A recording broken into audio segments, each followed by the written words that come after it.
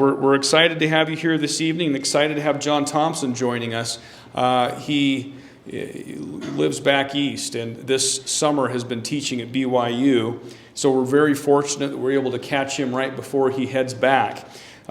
He obtained his BA and his MA in Ancient Near Eastern Studies from BYU and UC Berkeley, and completed a PhD in Egyptology at the University of Pennsylvania. He's been a full-time employee of the Church's Seminary and Institutes of Religion for more than 25 years. He's currently the coordinator and institute director for the Boston, Cambridge, Massachusetts area. He's married to Stacy Keller from Orem, Utah. They have 9 children and 2 grandchildren. And with that, I'll turn it over to Dr. Thompson.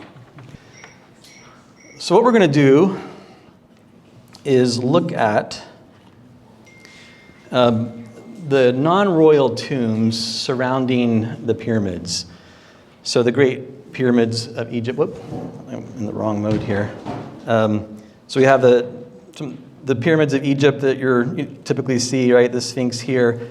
But there's an eastern cemetery, a western cemetery, a southern cemetery down here. And the idea is that we're going to kind of go inside of these non-royal tombs. So the pyramid are the royal tombs, and then we have these non-royal tombs flanking it, surrounding it. And these are referred to as mastabas, which is the Arabic word for like a bench, because it kind of looks like a bench just sitting there in the desert. They're kind of rectangular, and so they also have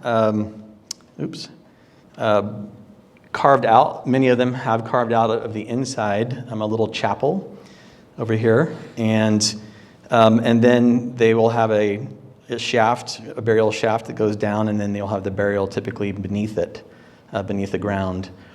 And so some of these are very simple little chapels. So you have the whole mastaba here, and then you just have carved out just a tiny little, simple little chapel, and then the shaft kind of comes usually from the top down into the ground. But some can be really complex. This is the tomb of Mereruka, and got multiple chambers, and it's quite large. And so, for example, this chamber here, A13, this is a shot from it where you have Mereruka appearing, and you have these nice columns, and it goes over quite a bit to the left. But you will have, so all that's labeled A would be his rooms, and then you have B and C, which are his wife and his son. And so you have sometimes family groupings inside of these mastabas. On the western side, whether it's the complex version or the simple version, so over here, so this is north, heading this direction. So on the west wall of these mastabas, you usually have a false door, an offering place. So this is north going that direction, so this is west. And so right here at the back of this little room, you'll tend to find something that looks like this. And you'll see these all over if you go into the mastabas in Giza and Saqqara and other places. And so you have this false door, and then right in front of the false door, you usually will have some kind of an offering table. And what we're going to look at is kind of the walls that are flanking these false doors. So this wall, for example, on this side.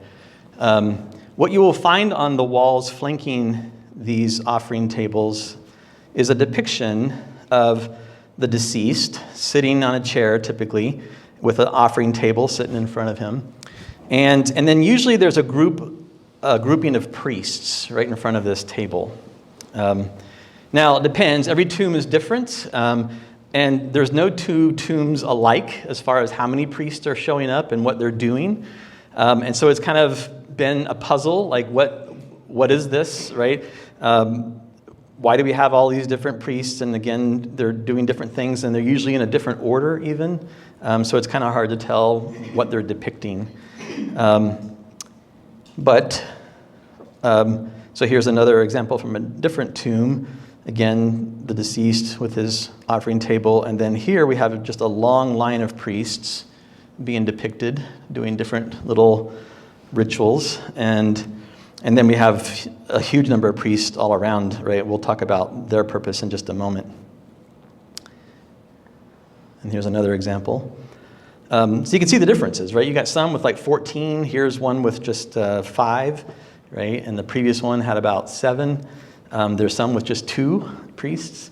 And again, they're not always the same. There's some commonalities, but not enough to really make sense of it until my dissertation, what I did, actually, I should highlight that a word that usually appears next to these priests is the word Sach. And what this word derives from is the word ach, which literally means, right, to radiate, right?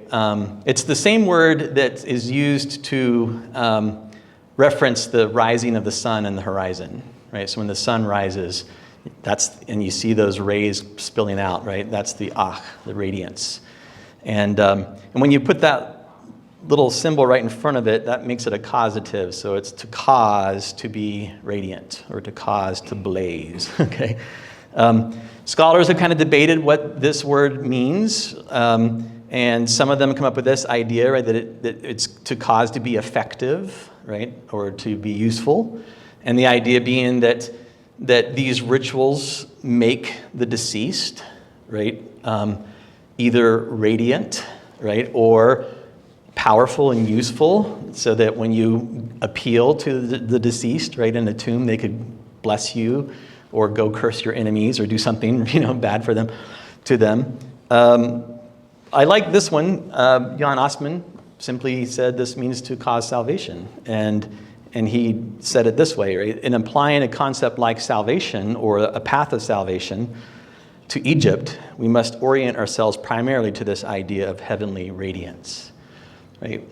It's also translated glorifications, right?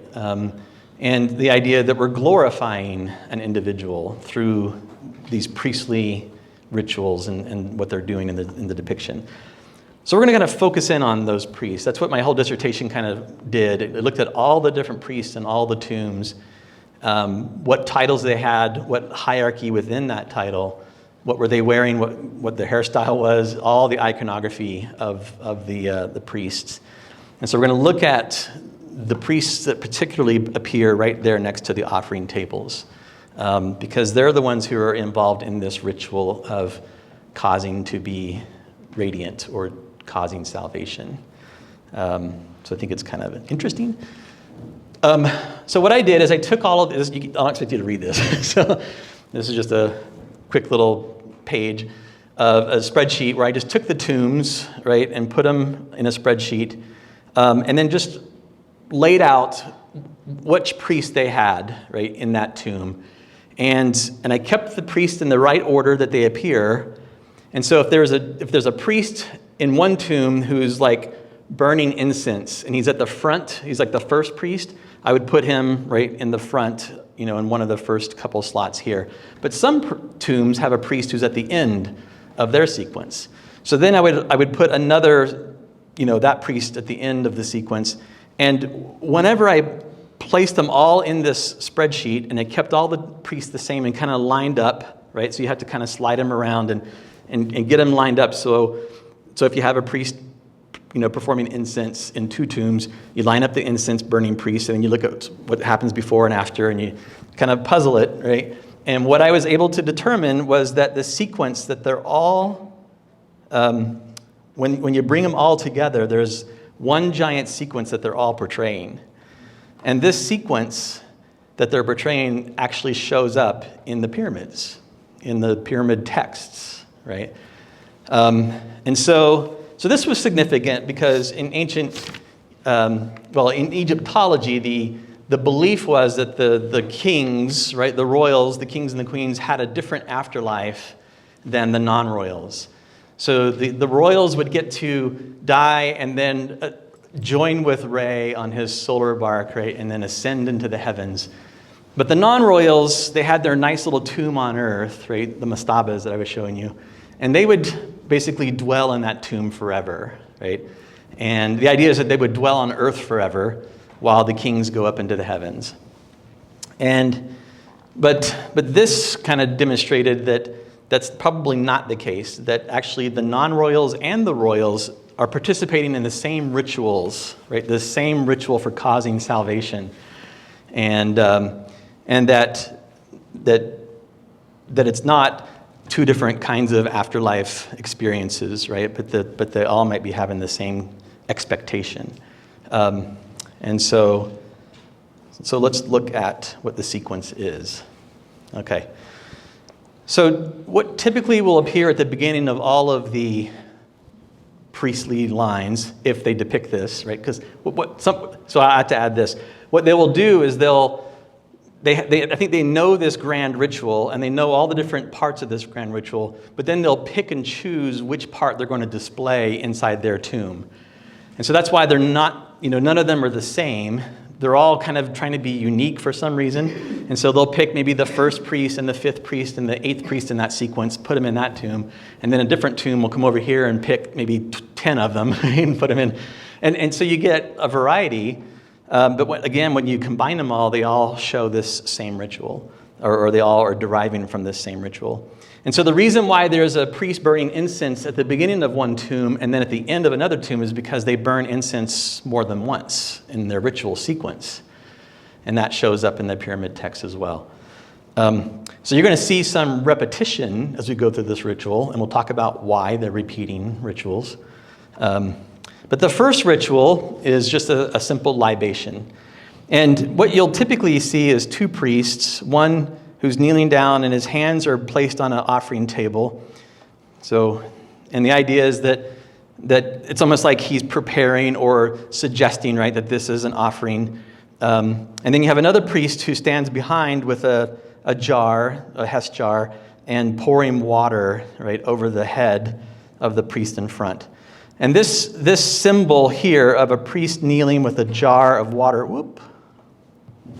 I just lost my thing here. Okay. So the symbol here of a priest kneeling with a water coming over the head, this is the hieroglyphic for purification, right, or purify, or to be pure. And so I think, there's some kind of a purification concept being indicated here. But that's what you typically see in like a lot of rituals from around the world in different cultures, right? There's pouring water, and sometimes they'll pour water to the four quarters, of the earth, north, south, east, and west. It's kind of a way to start, right, and to purify the area where you are. So there's a couple of other examples. What comes next is a priest burning incense. And this is probably not a good example. So here's the water, libation, and then there's the priest, and he's got a little incense cup right here. It's kind of broken. You can see it better in this one. And the cup it's like a cup with a little lid, and so that you can kind of capture the smoke or, keep the flame burning by, opening it up just a little bit, let that air in there. And so you get these burning coals inside the bottom cup and the lid. And so they're burning incense. And we'll come back to the purpose of that in just a moment. But then what happens after this burning of incense is you get a little grouping of rituals. So here's another example of burning incense, and here's another one here. And so, they're all in different poses as they do this. When you look at the pyramid text's version of this, the pyramid text says, I forgot to put down the reference, but let the smell of Horus's eye adhere to you. Oh, it's down there. Sorry, it's covered on my thing. Horus's eye is the words that they use to reference an offering, right? So let the smell of this offering of incense, right, adhere to you. And we'll come back to the meaning of that in just a moment. But this is what the pyramid text have, as in this part of the sequence. So when you have the pictures from the non-royal tombs and then you have the text from the royal tombs, you put them together and you get a nice understanding a little bit of the ritual. What follows these initial, so you can see the libation and the incense here, followed by a sequence of priests that that become part of a ritual known as the opening of the mouth ritual. And this ritual has a lot of different components to it. But the main idea is that there is, let me show you a different example. I think it's a little more clear. There's usually a jar, a vessel, that is filled with water. It's a basin, I guess. And then this little circle right here is a natron ball. So we call it baking soda, right? And they would put that into the water and cause the water to become kind of white and milky. And they would use this to wash, right, the mouth. It depends on the context. If you're going to wash the mouth of a statue, if you're approaching a god statue or perhaps the deceased's statue.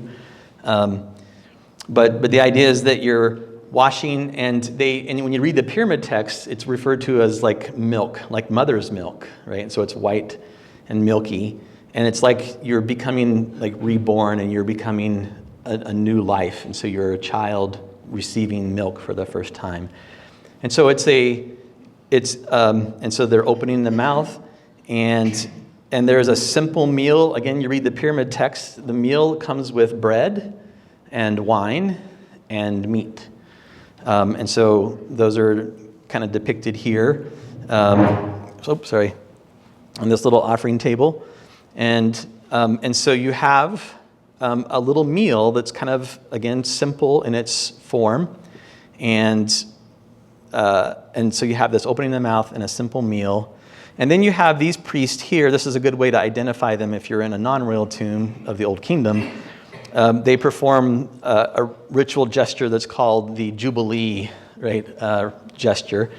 We're not exactly sure what it means. Some scholars think it's like, Tarzan, kind of thing. But it could be just simply a veneration symbol. When you put your arm across the chest, this means you're venerating whoever you're approaching, right? And so, but this is obviously something that's really. Sorry, I lost my signal. Can you guys hear okay? Yeah. Okay. Then probably we should just go through. Did that turn off? Is the light still on? The light's on. So did that go off over there? Try turning it off. Did that turn off the, remember how it was going off? Yeah. And then you'll have to turn it up again to 30 or whatever. Okay, go ahead. You're too much for it. Yeah. I keep buzzing it. Come down a little further. There we go.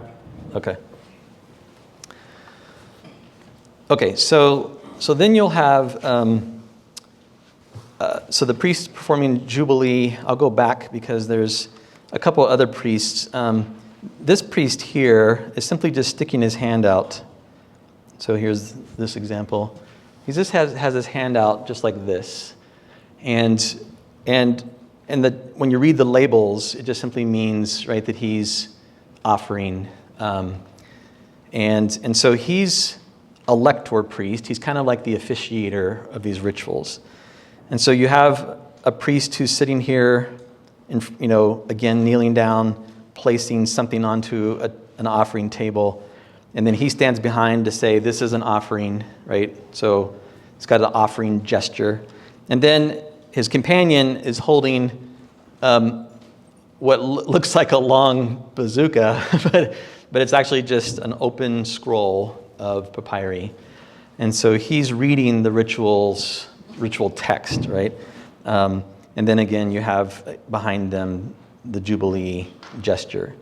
So these become, as I showed earlier, like a complex of priests that all kind of represent this opening of the mouth ritual and simple meal.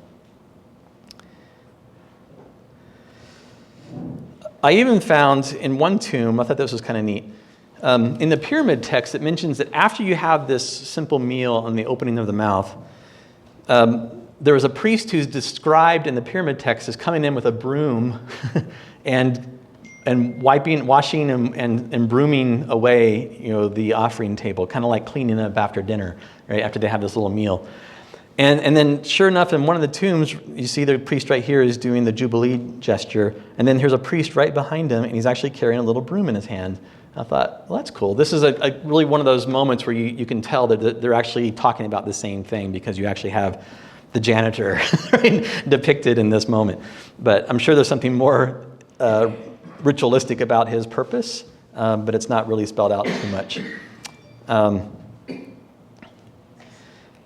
What follows this opening of the mouth and simple meal is an anointing ritual. And a giveaway in ancient Egyptian iconography is if they're sticking their little pinky out. This is standard Egyptian way of depicting an anointing ritual. And his companion behind him is carrying an offering table with a bunch of interesting looking jars on it. But these are known as kind of standard jars for holding oil. And in Egypt, again in the pyramid text and in the non-royal tombs, they'll talk about 7 sacred oils as part of this anointing ritual. And the purpose of these 7 sacred oils is to anoint the 7 openings of the head, right? So the 2 nostrils, the 2 ears, the 2 eyes, and the mouth. And so they have a mouth washing and then a mouth anointing, right? And then they anoint, again, the openings of the head as part of this sequence. This is followed by another priestly ritual of a clothing rite. And so you'll have priests shown kind of holding on to what looks like, again, 2 long strips of cloth. So they could be strips of cloth. They could be like bolts of cloth, like wound up, right? But it's a cloth offering. When you read the pyramid texts, you'll see things like this at this point in the ritual. So Pepi is one of the royal kings. Ho Pepi, receive your dazzling garment, right? Receive your bleached garment on you, and get dressed in Horus's eye. Remember Horus's eye? It simply means an offering, right? So get dressed in this offering, right, from Tait town. Tait is a goddess of weaving and cloth. And so we bring this offering of cloth. You're to get dressed in it, right, and to receive it. And it's a bleached garment. So this is white linen, dazzling, right? It's really pure white and very, and so it's very plain. These are not funerary rituals, although you may hear people say that this is what these are. But I argue in my dissertation that what shows up in these chapels are not funerary, because it doesn't say anywhere inside these chapels that these rituals are for the funeral. There's other rituals that participate in the funeral, but they're probably similar, right? I think the funeral follows a similar cadence and a similar sequence of rituals. But in a funeral, this would probably be where you're binding like a mummy, right? And you're bandaging, right? Taking those strips of cloth and wrapping them around the body. So, but in this kind of a setting, it looks more like, again, putting on some kind of a garment. And again, it's hard to tell what's going on as far as who's being, receiving it. But the idea is that the deceased, who these offerings are being given to, has probably done this in the past, right? That they've done these rituals, and it's depicting how they have actually accomplished these rituals in their lifetime. So this simple ritual or simple clothing ritual is followed by another burning of incense. So what we're finding is that incense becomes a nice little moment where you transition from one group of rituals to another grouping of rituals. Incense burning is liminal, right? It's when you're passing or crossing a threshold from one place into another. So if you think about in temple settings, right? So if you think about Israelite temple settings, right? We burn incense right in front of the veil of the temple before you pass through it to see God, right? You're filling the house with smoke. You're making it divine, right? It's shrouded. God is hidden in the cloud, right? And so probably something similar to that idea where you're burning incense as you move from a lower set of rituals now to a different set of rituals. So what the second set of rituals encompasses is basically a repetition of the first set of rituals, but on a higher level. So rather than a simple meal of bread, wine, and meat, now we have a grand feast, right? And this is huge. This is bigger than Thanksgiving, right? Bigger than Easter when you look at these tombs. And it's usually begun by a priest holding a foreleg of an ox, right? And you'll see this kind of priest in different settings. So if you can see here at the bottom, these priests are bringing forelegs of an ox, and you actually have them over here slaughtering the ox. And then it's followed by priests who are bringing birds of different fowl of different varieties, right? Goose and ducks and other kinds of birds. And it depends on the tomb and how much room they have in there. They'll get really fancy, and they'll start depicting all kinds of things going on. So you got priests and priestesses and others just bringing in all kinds of platters and, all these different vessels. Here they're bringing in, goats and gazelle and other desert animals. Here's another tomb. When you walk into these tombs, this is what you're going to see. You're going to be overwhelmed by the feast, right? Because this is what they really like to depict, is this amazing feast that they're having. And but the patterns are kind of the same. You'll see, again, well, I guess not in this one. But oftentimes you'll see, again, bringing those four legs. I may have cut it off too soon. Followed by, so it's usually 4 legs followed by birds, and other kinds of things. And platters and so on. And then they have piles of food that is depicted here. And then in this particular sequence, we have those priests doing the actual ritual right up here that we're talking about. So it's really kind of amazing. Again, piles. This is all facing, because when you have it depends on which wall you're facing. If it's on the right side facing the false door, they're looking that way. If you're on this side, they're looking that way. They're all looking towards the same. So when you look at it on a screen, it's one will be that way and one will be that way. But they're all aiming towards that offering table and that false door. So this feast is followed by another clothing ritual. But only this time the ritual is of insignia. I only found one example where it seems to be that this was what's going on, where we have a priest bringing in a scepter. But what will typically happen in this moment, here's the pyramid text version, that you're being clad in leopard skin and a kilt and reed sandals. You have gone that you may govern Horus's presumably mounds, Seth's mounds, and Osiris's mounds, a king giving offering of all your insignia, your water lily bud scepter, your staff. How content is your situation as you become Ach, right? So Ach is that word, that radiance, right? As you become glorified, O Unis, among your brothers, the gods. Get dressed in your body, come to them. And then 4 times means you're going to repeat this 4 times. Okay. So there is a secondary clothing ritual, but it's, again, more elaborate clothing, not the simple bleached garment, but now leopard skin, scepters and staves, right? And sandals and etc. This is followed by 2 more rituals that kind of typically show up together. One's called the bringing the foot. Literally, it's called bringing the foot. And it's usually depicted by a priest who's facing the opposite direction of all the other priests. Notice they're all facing to your right, and he's turned around facing backwards. And he's dragging behind him a broom. And here you have all the priests depicted facing to the right. Here, again, his body's facing left, although his head is turned back toward the right, so it's a little more courteous, right? But dragging the broom. And then another priest, who's also facing the opposite direction, is carrying a bunch of goods on a platter. And this is the same priest here and his companion.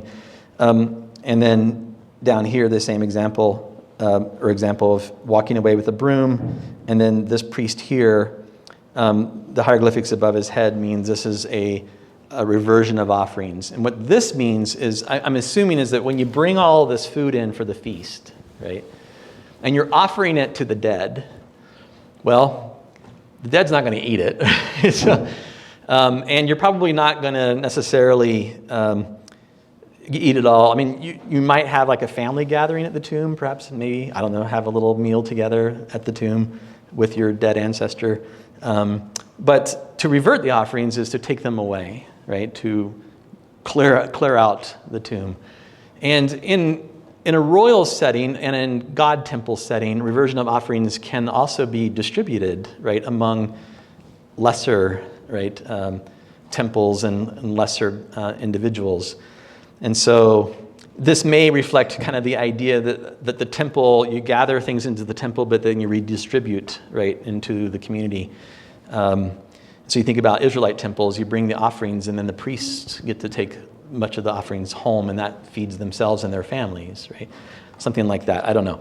I'm just guessing here. But the bringing the foot is probably the idea, because we have this in temple settings as well, where once you've trod on the ground and you've approached the God inside of a temple, you're now leaving, you want to erase your footprints, right, as you leave, and leave the ground pristine and sacred, right, for the next day when you come back in.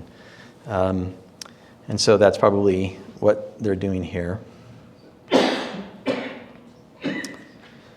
Then, also closely associated with the bringing the foot is another priest. He looks just like the priest of the past ones we just looked at, right? There's just a guy kneeling here at a table. That's all it shows.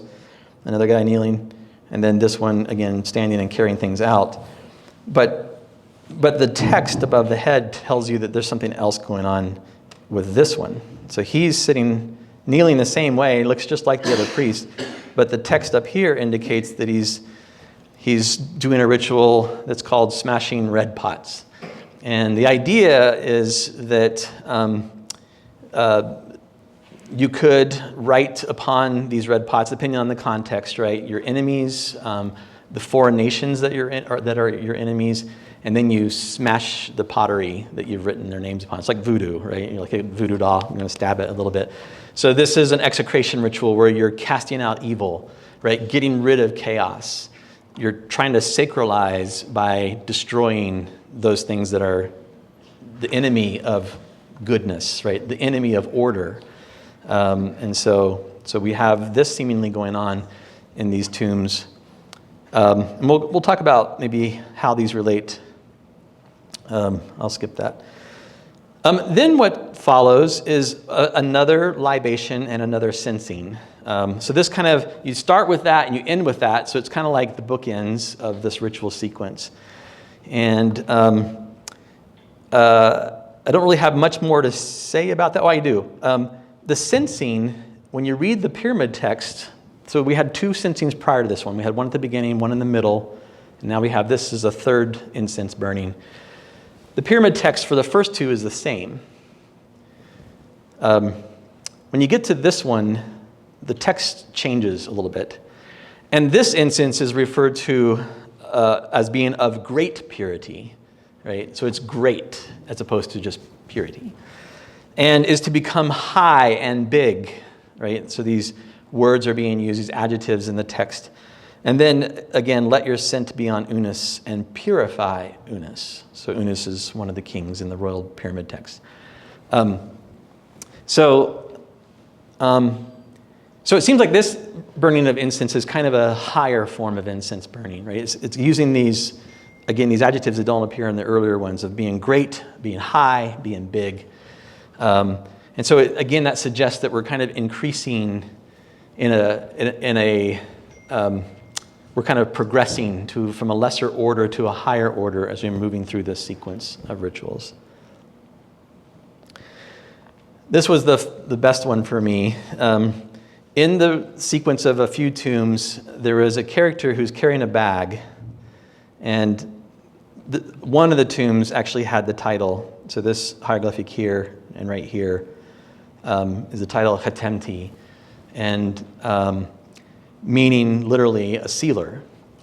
And in front of the face of this one is the hieroglyphics for a book, and what looks like a little flag on the left is the hieroglyphic for God.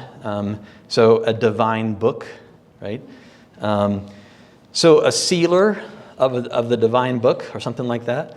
And so it's hard to, we don't really know a lot about sealers in this time period of ancient Egypt. But I found it really significant that we have a sealer in the sequence, and typically at the end of the sequences. It's hard to know where exactly at the end they are. But I think it's significant, right, that what they're usually probably carrying in that bag and is probably sealing equipment, right? So the hieroglyphic is actually, it looks like a little loop at the top and a little circle at the bottom. The loop is probably a necklace, right, that would go around, and then what's at the bottom is a seal, right, that you would use to like stamp something, like a, think of like Scarlet Pimpernel, right? He's got a signet ring, and he would use it to stamp his letters that he sends out, right? And so this is what it means to seal something, right? Is to put the royal name or symbol or something like that into either clay that's used on like covering jars to say this is a royal goods, right? This is the king's property. And so you seal things with the name of the king in some situations. Again, we don't get a lot of detail of what they're sealing and what the seal actually is. But the idea of a divine document is interesting. We have in one of the tombs, one of the non-royal tombs, this declaration, right? I am initiated in all secrets of the house of divine documents. And so, John may be able to speak more to this idea, but this idea that what may be occurring is that we had this long sequence of rituals being depicted, right? Or at least portions of it in different tombs. And that these non-royal people have displayed for the people who walk into the tomb that I've been initiated, right? I have gone through the ritual sequence that's required to make one an Ak, to make one glorified, to make one obtain salvation, right? To give one effectiveness in the hereafter. And not only did I do the rituals, but they've been certified, right, by a sealer who has come along and has given that notary, right, to these rituals and has now made them, sure in this setting. And John? Yep. And so is the person there next to the sealer writing down? And then is the next person there presenting the writing? Yeah, so we do have, the question is, are the individuals in front of the sealers, right, are they writing and presenting? And yes, you could interpret it that way. These are, again, priests who are carrying documents, right? And they are presenting them. But again, what is the document? We're not sure at this point. Because as I mentioned earlier, a lot of the sequence of priests will have priests in the midst of the sequence carrying documents, because all the rituals have text or spoken, words. And so are these representing all the words of the whole ritual, right? And it could be that that's what these priests are representing. So it's a good question. This one's kind of unique because you got priests facing one direction and priests facing the other direction, but the sealer is kind of the one in the middle, kind of suggesting, again, they're at the end, authorizing what has happened on both sides for both individuals. Okay. So we have in the book of Abraham, right, this idea that the Pharaoh, the first Pharaoh of Egypt, was a righteous man, and established his kingdom and judged his people wisely and justly all his days. And that this Pharaoh sought earnestly to imitate that order established by the fathers in the first generations, in the days of the first patriarchal reign, even in the reign of Adam. So this is letting us know that from the very beginning of Egyptian history, right, they're seeking to imitate the order that has been established from the days of Adam to Noah. And I think that what we just saw, right, was an imitation of the order and the rituals and the covenant rituals, right, that we understand that our first fathers would have had. And so just to kind of maybe suggest a comparison between this ritual sequence and the Israelite temple sequence, right? We have a grouping of initial libation and censing, followed by a washing of the mouth with a small meal and anointing and clothing. We understand that this group of rituals, similar kinds of things that we read in Exodus and other places, right, occurred in the temple courtyard, where you have the priests preparing to enter into the temple. And the way they prepared was through a washing and anointing and a clothing. And they actually, if you read in Exodus, they actually eat a small meal as well. And so today that would be kind of like our sacramental meal. It's a very simple, small little meal that we eat. But that small meal is meant to, not only for us, right, in our tradition to reflect upon the Savior, but it's also meant to anticipate something that's going to come. Right? Jesus himself said, when he gave the sacrament to his disciples for the first time, he said, I will not partake of the fruit of this vine until I drink it new with you in my Father's kingdom. So he tells them to anticipate a future day when we're going to have another meal together, and I'll drink this with you then, right? And so I think we have in the temple the same idea, and in the Egyptian rituals we have the same idea. We have a simple meal, right? But then that's followed by a great meal, right? And that's reflected inside the temple on the right, where you have the table of showbread, which is depicted, right? If you read the description of it, it's a grandiose table. It's gold. It's got platters and all kinds of bowls and, utensils. It's meant to represent a grand meal as opposed to the simple meal of the courtyard, right? So you think of Passover, right, as a very simple little meal. At the end of the harvest, the day of, the Feast of Tabernacles, right? You've brought in all your food, and now you have a grand meal, right? An 8-day meal, right? And so, could it be that the Israelite calendar is reflecting, right, this idea of a simple meal followed by a grand meal? You have it in the temple as well. We actually burn incense in all three locations of the temple. We have incense in the courtyard burning. We have incense inside of the temple, the altar of incense. And then recall on the Day of Atonement, the high priest would take incense into the Holy of Holies. And so you have incense on a third level. That would be the great, high, big incense, right, when you go into the Holy of Holies. Suggesting, again, three different transitions, right, as you're moving through this progression. Likewise, in the Israelite temple, you have clothing of different varieties, right? You've got the priestly clothing in the courtyard, but you got the high priestly clothing in the temple, right, where he puts on, the royal symbols and the high priestly symbols of the insignia of the high priest. Again, I mentioned maybe a reversion of offerings where we take offerings into the temple, but then we bring them out and distribute them among the priests and probably others at that time. This is followed by that top sequence there where you're smashing redware. So I would probably, to be more precise, I would take this sequence and line it up with this part of the temple, right? The table of showbread. And there's a lamp in this temple, and in ancient Egyptian temples, they also light lamps in the hypostyle hall, which is their terrestrial room, their holy place. And again, John Gee has written on this. I didn't find anything like that in the non-royal tombs, a lamp lighting. I wished it was there, because it would make a lot more sense. And maybe I'm missing it, and it is there, but in some other form or some other way. But think of the smashing redware as kind of being equivalent to what happens here at the altar of incense. Because when you read the book of Revelation, when you're burning incense, right, the smoke rising from the incense table is symbolic of the prayers of the saints, John tells us.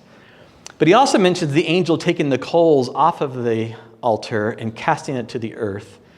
And that becomes a symbol of a cleansing, right? Cleansing the earth by fire. And so what happens in John's Revelation is we get all of the destruction poured out upon the nations, right? And Babylon falls. And so smashing redware would probably be the significant or the equivalent of that idea, where we're causing Babylon, the names of your enemies, we're smashing them, right? We're bringing them to an end and destroying evil, in essence, as we try to enter into the holiest of holies, right? And then there's a final washing and libation, a final censing. As I mentioned, it's a bigger censing and a sealing. And so all of these things suggest, right, that what we have in the book of Abraham, that they were imitating, right, the true order, I believe is true.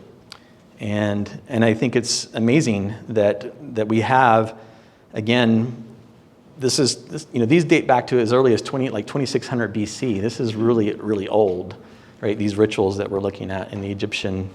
And it's a very complex ritual, as we've seen. And so it's not far-fetched, right, to believe that even the Israelites may have had a very complex ritual system early in their belief system. Most scholars will tell you that they had a very simple, just sacrifice an animal, and that's all they did in the early years. And then we get into like exilic and post-exilic, and they start creating this very complex temple ritual sequence and, all the offerings and those kinds of things. But I don't think we have to necessarily believe in that necessarily this simple to complex evolutionary model, because it seems like we have a very complex ritual sequence very early already in Egypt. I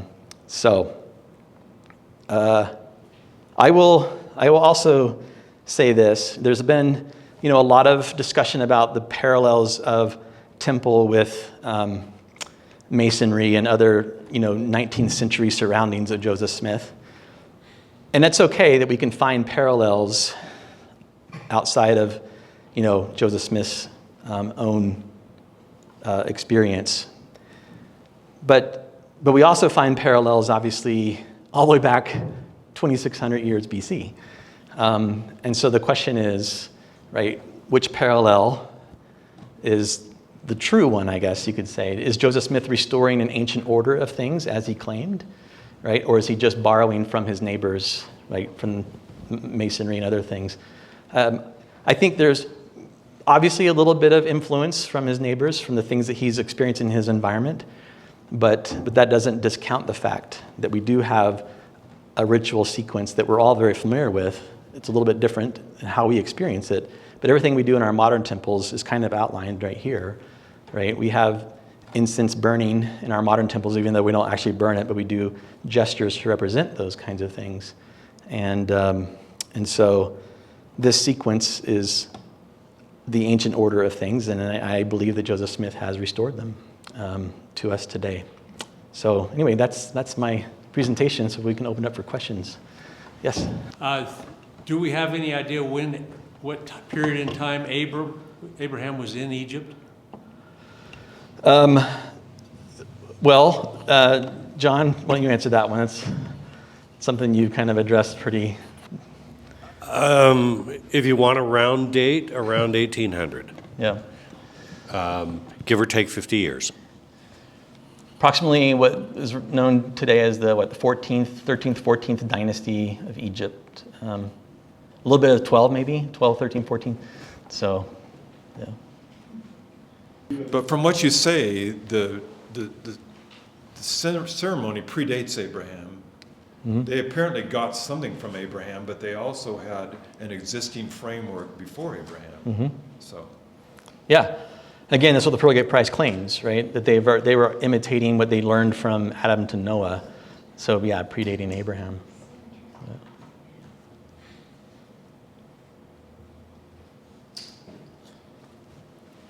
was, Hold on, Nancy. what was the point for you to say, aha? You know, what was a changing point that you put what was it that Yeah. you put together that say, wait, something's going on Yeah. here, and I believe it? Well, because I was collecting every priest in the tombs, right, that had titles of some sort and trying to decide what they're doing, being able to talk about what this grouping of priests near the offering tables, what are they doing, right? I had to figure that out. And again, every tomb was different. They all had different numbers and everything. And so I just felt like that if I just kind of believed that they're portraying something that they're all aware of, and that maybe if I put it all together, we can find, some kind of connection. And so, and there had been a little bit of some research that had started to kind of make some of those connections, but that scholar and myself, we were in communication about what we're finding, and I was able to show very deeply how connected they are. And so, it's still unfolding to me, but when I really got into that sequence that we have, the offering list sequence that we have in the pyramids, and compared them to this, and was able to see the pictures and the text and start linking them together, it became obvious to me what we're looking at, and so I don't know when that point happened, but it was cool when it did. So I have a real basic question. How do you know those are priests up there? Is there text that says that they're yes, priests? yeah. And I was trying to be very careful in my dissertation. I didn't pick anybody that didn't have a title next to them in the text. I wanted them to be labeled. So I wouldn't use any reference or any picture of a non-labeled priest, because I didn't want it to introduce an idea that I wasn't sure if it's actually part of that title or not. And so I was very diligent to make sure I only looked at the ones that actually had titles. Are you able to differentiate based on clothing? A little bit, right? So you have the one priest that has like it looks like a sash across his chest, right? And it's usually got the title lector, right? You also mentioned a kilt or an apron. Right. And so most of them have a kilt. Some of them are more elaborate, and they'll include the stole, right? And that usually represents, again, like an officiator over the rituals, where you have other more plainly dressed priests with just a kilt only. So you can get little differences in the clothing as well. We watched a documentary on Egypt and the tombs that showed what appeared to be that the deceased went through 3 stages, and that in that 3 stages that they were being handed keys to get into the next stage. Do you have any idea what they were? It depends on what you're looking at. Saqqara. Oh, the more recent tomb findings. I don't remember in that context exactly this idea, but there is when you go to the funerals rituals, right? You do have some stages that you're going through as part of the funeral. So you take the body, and one of the first places you go is to the Ibu, right? It's this purification house, and there's some purification that occurs. And then once you're purified, you can go to a second little place called the Wabet, which literally means the pure place, right?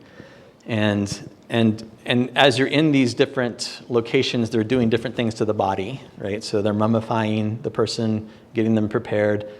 And then from the Wabet, you go and you're deposited into your actual burial chamber. And so there is that 3-step process, right? Ibu, purification; Wabet, pure place; and then burial. which probably loosely lines up with the temple as well, right? You purify in the courtyard, then you go into the holy place or the pure place, the wabet, right? And then into your actual resting place, which would be kind of like the Holy of Holies, I guess. Except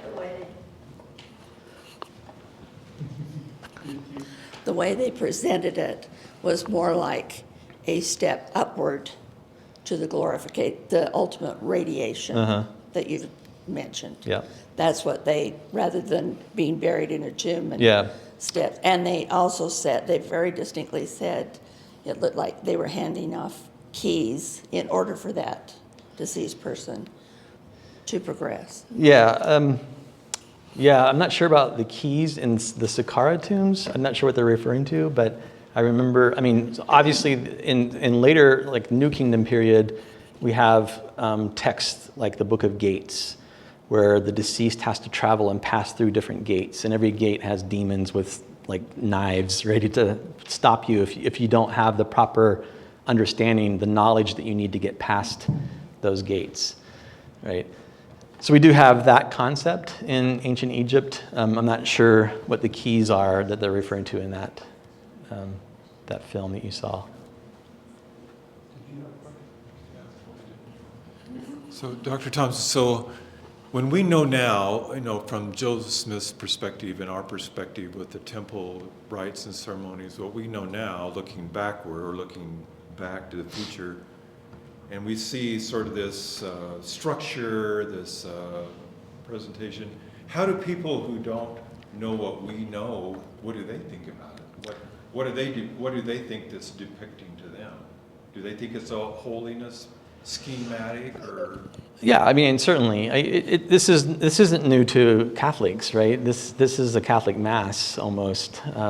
So this has a lot of the same kinds of feel for them as our temples have for us. And so I think that, just recognizing that there are ritual sequences, right? But we don't have a lot of what these things mean really fleshed out a lot still. We can make some general associations, but yeah, I think they're recognizing that these are rituals that they have already discovered in temples of later periods, right? And but I'm pulling together to show that these are very early rituals, right, that have appeared in the earliest ages of Egypt. You mentioned at the beginning that these depictions of these rituals were flanking a false door. What's the concept of the false door? Well, so you have the deceased down buried in the tomb, right? But the false door is kind of like the idea of where their soul, with their ba, right? Their soul would appear or come. And so as you come into the tomb, you have to be pure to enter the tomb yourself. And so the false door is kind of like the shrine or the Holy of Holies of the non-royal tombs. It's kind of that sacred point. And so it's a door because it's, I guess, a door into the afterlife, right? Into the west. So it's on the west side because you go where the sun sets as you die, right? And then you descend into the underworld, rise in the morning. So I think there is an understanding that the ba, or the soul of the person, would ascend from the burial and meet you there, I guess, in some way. So. Okay, please join me in thanking Dr. Thompson.